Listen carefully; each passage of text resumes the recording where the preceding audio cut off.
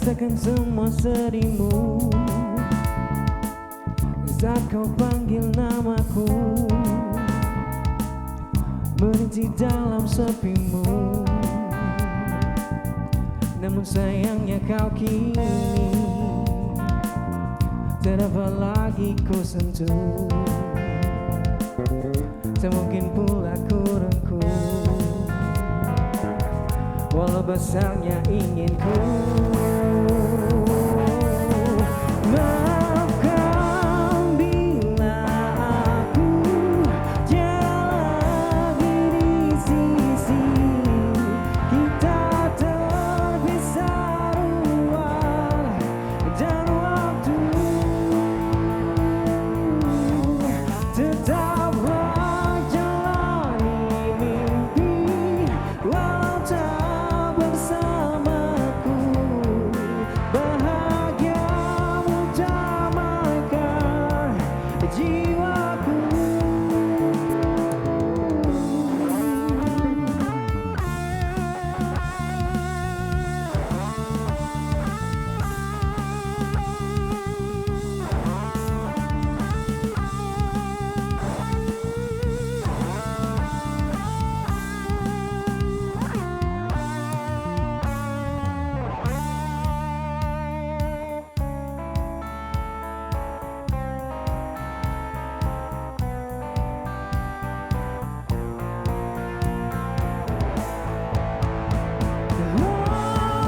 Maafkan bila aku tiada lagi di sisi. Kita terpisah ruang dan waktu. Tetaplah jalani mimpi walau tak bersamaku. Bahagiamu damaikan jiwaku.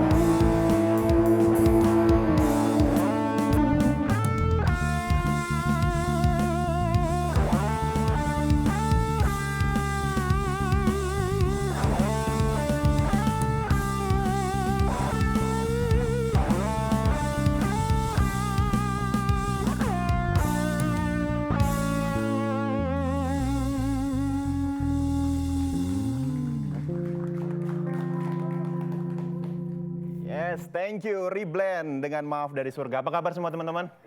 Alhamdulillah baik semua ya. Oke, tepuk tangan dong buat Reblend sekali lagi. Oke. Itu dia tentunya pemirsa salah satu lagu pembuka dari kami tentunya untuk hari ini. Sebagai salah satu menghadapi industri digitalisasi saat ini, tentunya peran para milenials untuk menciptakan sebuah peluang adalah salah satu hal yang mutlak ketika kita ingin mendapatkan income dari bagaimana ide kreatif kita untuk bisa ditonton oleh orang banyak yang ada di Indonesia bahkan di luar negeri seperti itu. Sesuai dengan apa yang sudah menjadi tema kita untuk sore hari ini, kreatif meraih peluang, dan juga kami sudah menghadirkan dua narasumber kami yang berkaitan dengan ini, yaitu ada sineas dan juga ada penulis. Ada Chris Mardi Rahmawan, kemudian ada juga Miss Namika, seorang penulis. Apa kabar semua? Baik. Baik ya. Oke. Chris Mardi Rahmawan, benar ya? Chris panggilannya ya. Seorang sineas, kemudian juga videografer, pembuat film-film pendek. Ini luar biasa nih. Mungkin juga untuk pemirsa yang ada di rumah juga menjadi salah satu contoh juga seperti itu ya. Kemudian juga Miss Namika, seorang penulis, YouTuber juga. Iya. Oh gitu. Mungkin nanti teman-teman, saya ke Chris dulu deh. Mungkin bisa diceritain seperti apa sih sebagai seorang sineas atau seorang pembuat film, videografer itu seperti apa? Mungkin juga pemirsa yang ada di rumah pengen tahu. Ya, jadi selamat sore. Ya, sore. Sebenarnya kalau kita masuk sekarang dunia digital ya, kita kan punya dua realita sekarang nih, ada realita yang beneran dan ada realita digital ya sekarang ya. Apalagi dunia digital ini kan sudah semakin dipercepat dengan adanya pandemi ya sebenarnya nih ya. Jadi peluangnya sangat besar, apalagi kalau di bidang film, sinematografi dan lain-lain. Karena produk yang kita buat ini juga bukan cuma sekedar lokal yang bakal menonton menikmati gitu ya. Tapi kita bisa memasarkan dan menjualnya juga ke luar begitu. Karena di era digital ini kan seluruh dunia pun bisa menonton. Menonton seperti itu dari mana aja gitu ya? Iya, dari mana saja. Oke, saya ke Misna saya manggilnya ya, Misna. Kalau Misna sendiri pengalaman sebagai seorang penulis, kemudian juga YouTuber juga ini luar biasa banget nih ya kan. YouTuber kemudian juga penulis ini seperti apa sih untuk menciptakan sebuah tulisan yang mungkin bisa di situ kayaknya juga menjadi bacaan untuk orang banyak seperti itu. Gimana Misna? Kita cari ide yang kreatif, ide yang bisa memenuhi permintaan pasar. Juga banyak sekali ide-ide yang bisa kita temuin di mana-mana. Banyak yang bilang ide itu susah, padahal ide itu ada di mana-mana. Ya. Tinggal bagaimana kita mengeksekusinya gitu ya. Bagaimana kita menelaah sesuatu kesempatan ini merupakan bakal cerita, ini bakal ide, dan kita tinggal mencari tema aja untuk itu. Kalau Misna sendiri lebih concern kemana nih penulisannya, lebih ke novel atau seperti apa? Saya dari kecil tuh hobi menulis. Saya senang menulis karena saya asalnya dari broken home kan. Jadi saya tuh menghabiskan waktu saya tuh kadang-kadang senang sama tulisan, diary gitu. Curhat di dalam tulisan sedikit, gitu ya. Itu salah satu motivasinya kenapa saya senang menulis. Jadi saya menulis cerita pendek, cerpen gitu. Kemudian udah itu novel gitu. Tapi dunia menulis itu sangat indah gitu. Kenapa indah tuh? Banyak kita menemukan sesuatu yang kita bisa lakukan di tulisan gitu. Oh gitu ya. Indah banget. Bisa menceritakan banyak hal di dalam itu ya. Menceritakan banyak hal. Kita bisa jadi siapa saja kan. Karena kalau jadi penulis itu kita harus jadi orang yang kita tulis gitu. Jadi enak sekali. Enak sekali. Banyak prospeknya apalagi untuk kreativitas segala macam. Karena menulis itu gampang. Gampang banget di mana-mana bisa. Modalnya mudah ya? Murah ya kan. Dan sekarang ada TOT nih. TOT itu ada ya? Ada. Jadi kesempatan jadi penulis itu gampang banget. Ada punya itu tinggal bikin skripnya atau serahkan sama scriptwriter, ya kan? Jadi bisa jadi tulisan dan menghasilkan untuk kita gitu ya. Untuk anak-anak muda gitu ya, mengisi waktu. Kalau ke Chris sendiri seperti apa nih Chris? Lebih banyak genre film seperti apa yang mungkin Chris ciptakan atau juga selama ini udah pernah buat gitu? Iya. Kalau untuk saat ini, baru-baru ini saya lagi menggeluti dokumenter. Dokumenter tuh? Ya, dokumenter. Kebetulan beberapa waktu lalu dengan beberapa teman rekan kita mengambil sertifikasi juga di Jakarta. Jadi memang kita pengen bahwa dokumenter ini di Sumatera Selatan khususnya ya, Palembang ya. Karena kan skop dokumenternya masih sempit ya, masih belum terlalu banyak gitu ya. Iya, peminatnya masih belum terlalu banyak gitu ya. Jadi dengan teman-teman berusaha gimana caranya untuk menumbuhkan minat teman-teman sinias lain, terutama yang dari fiksi nih, yang dari drama ya. Untuk ayo dong coba ini dokumenter juga ternyata seru juga gitu kan. Kita malah lebih real, kita ke lapangan. Real gitu ya, nggak ada gimmick-gimmick yang dibuat di situ gitu ya. Benar, lebih real, lebih kita bisa melihat sosial, keadaan sosial di masyarakat seperti itu. Tepuk tangan dong teman-teman. Wah biasa ini. Aduh, seru banget kalau kita berbicara tentang masalah dunia perfilman gitu ya. Nah, kalau untuk skup Sumatera Selatan sendiri, Chris sudah pernah bikin dokumenter apa aja nih? Terakhir kemarin kita buat dokumenter tentang Bidar, kabar Bidar ya. Kabar Bidar, dan alhamdulillah 2 bulan kemarin film kita diakuisisi oleh LIPI. LIPI Jakarta untuk dijadikan bahan materi mereka. Serius itu? Iya. Sampai dengan saat ini sudah diproses sama LIPI? Iya, sudah. Dan kebetulan sudah tayang juga di YouTube-nya LIPI. Keren. Nah, kalau dari segi penulis sendiri, kadang-kadang kan kita juga kalau untuk menciptakan sebuah ide, di mana mungkin ini juga menjadi salah satu tantangan buat kaum milenial saat ini gitu, untuk mencari ide tuh kayaknya susah banget. Gimana sih cara ngeluarin ide gitu loh untuk menjadikan sebuah tulisan? Gimana sih? Sebenarnya gampang ide itu.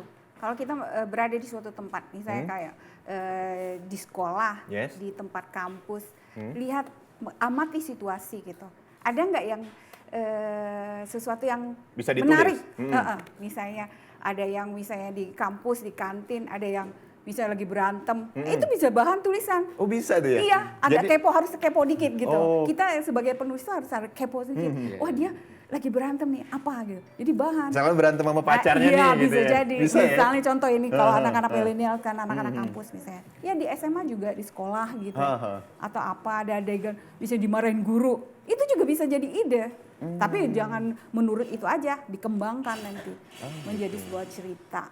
Makanya perlu kerangka cerita. Nah Gitu. itu tuh, nah mungkin juga kan banyak juga teman-teman mungkin yang di rumah nggak tahu gimana buat kerangka cerita, kemudian juga buat suatu tulisan yang menarik. Kadang kan kita cuma menulis, dia berantem ya gitu aja Iya, mungkin kan. betul. Nah seperti apa cara untuk kita meningkatkan mood, kemudian juga bagaimana menciptakan sebuah kerangka di dalam sebuah tulisan tuh? Ya itu.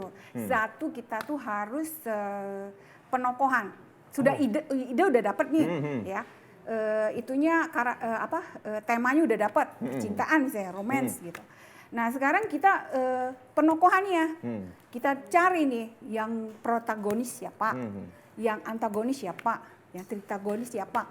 Itu kan misalnya gitu, kalau nggak perlu tritagonisnya ya protagonis sama antagonis gitu. Setelah itu kita bikin karakternya.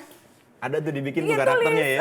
ditulis itu karakternya, harus unik karakternya. Gitu. Ciri-ciri ya yang jadi karakternya. Atau misalnya dia tuh anaknya misalnya lucu, tapi suka ngemil gitu. Atau suka ngupil bisa aja kan? Nah itu unik kan? Unik. Nah harus unik, jangan cuma dia lucu, cantik segala macam itu mainstream Terlalu lah. mainstream biasa gitu ya. Gitu loh. Cuma emang kadang tuh ada di penokohan-penokohan nih Chris Iya, ya. Kalau kita buat film atau juga dokumenter dan lain sebagainya kan kadang penokohannya tuh harus yang perfect gitu kan, harus cantik, harus ganteng juga. gitu. Enggak. Enggak juga tuh gimana Chris? Enggak. Lebih gimana nih? Kalau Chris ngelihatnya lebih gimana untuk mencari sebuah tokoh dalam menciptakan film gitu?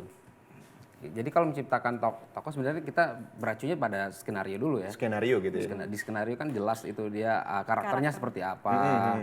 Terus mungkin dari fisiknya, tingginya, warna kulitnya apa gitu. Baru kita proses selanjutnya kan casting ya. Oh, di casting dulu. Iya, makanya di casting nanti ada director castingnya juga gitu kan. Oh, Chris juga nge-casting juga gitu ya? Kadang-kadang lah. Kadang-kadang jadi teman-teman di sini boleh lah casting ya. Ikut casting. Ya, jadi penokohannya nanti ya, kita sesuai dengan skrip yang ada gitu kan, panduannya kan.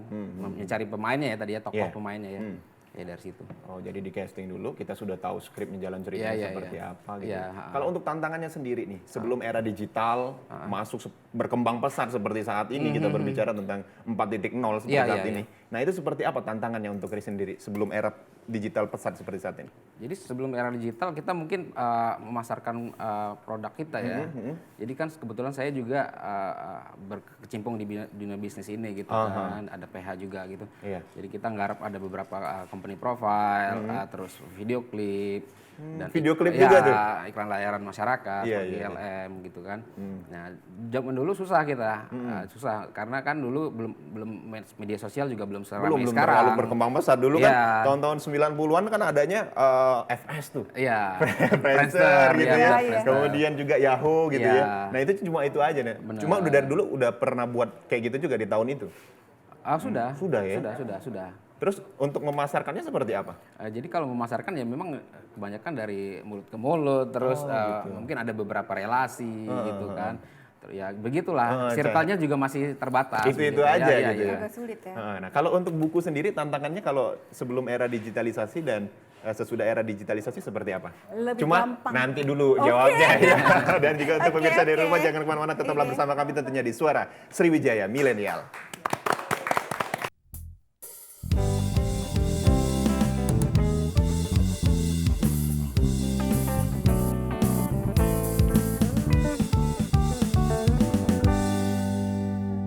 Terima kasih pemirsa, Anda masih bersama kami tentunya di Suara Sriwijaya Milenial. Masih dengan topik kita yaitu kreatif meraih peluang dan juga masih bersama dengan dua narasumber kita yang hadir di sini, ada Chris dan juga ada Misna. Kita tadi sempat terputus nih Chris. Kemudian juga Misna tadi terputus di Misna. Kira-kira gimana untuk menciptakan ide kreatif dalam menulis dan lain sebagainya? Silakan. Ide itu kan di mana-mana ada. Jadi kalau yang pentingnya ada kemauan gitu. Semua dulu orang bilang kalau menulis itu talent. Enggak. Kerja keras yang Kerja penting. keras tuh ya? Ada niat dan kerja keras. Pasti bisa. Millennials pasti bisa. Karena apalagi sekarang di zaman pandemi kan. Jadi banyak waktu yang di rumah gitu. Kenapa nggak nulis gitu?